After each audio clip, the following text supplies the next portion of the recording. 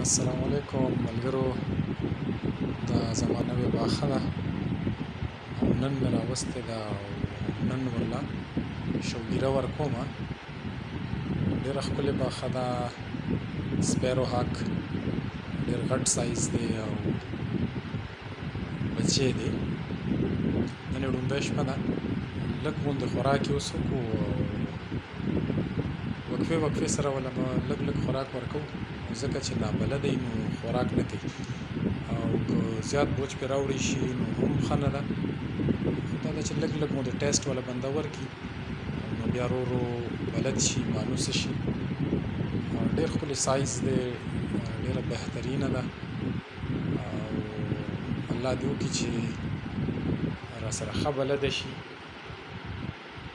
ړومبۍ شپه یې ده او که ژوند او نصیب وي انشاءالله بیا مختلفو وختونو کې به